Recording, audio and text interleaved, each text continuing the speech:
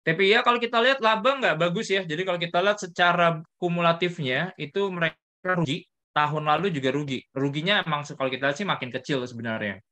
Nah, cuman kalau kita lihat quarterly, sebenarnya itu di kuartal satu dia tuh udah untung, udah positif. Nah, cuman kalau kita lihat dari sisi kuartal 2 ini kalau kita lihat posisinya adalah eh, rugi ya, -9. Sebenarnya drivernya apa sih sebenarnya? Jadi kalau kita lihat itu masih ada ini ya. Kalau kita lihat dari sisi si TPI kan sebenarnya sebagian mereka punya revenue itu kan ada dari ekspor ya. Jadi kalau kita lihat itu masih ada translasi disruption supply dan juga demand ya sebenarnya di global gitu ya. Jadi kalau kita lihat kayak beberapa produk mereka kayak contohnya polyolefin ini sampai turunnya 24%, kayak modelnya monomer ini turunnya sampai 20%. Jadi by breakdown kalau kita lihat ini nggak terlalu bagus ya. Plus kalau kita lihat dari sisi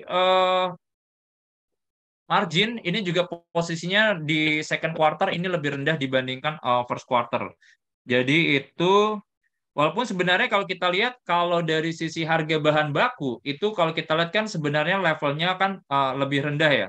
Nah, jadi kalau kita lihat sih sebenarnya akan ada concern dari sisi pressure itu tadi sih. Jadi in overall kalau buat TPIA ya kita kayaknya nggak terlalu suka ya, laporan keuangannya juga nggak terlalu bagus. Jadi kalau kita lihat kita masih rekomendasinya hold. Ini target price-nya di 2.200 ya. Jadi ini implied price to sales 5,3 kali di 2023. Mungkin itu TPIA. Ini kayaknya harus speed up nih. Ini kayaknya ada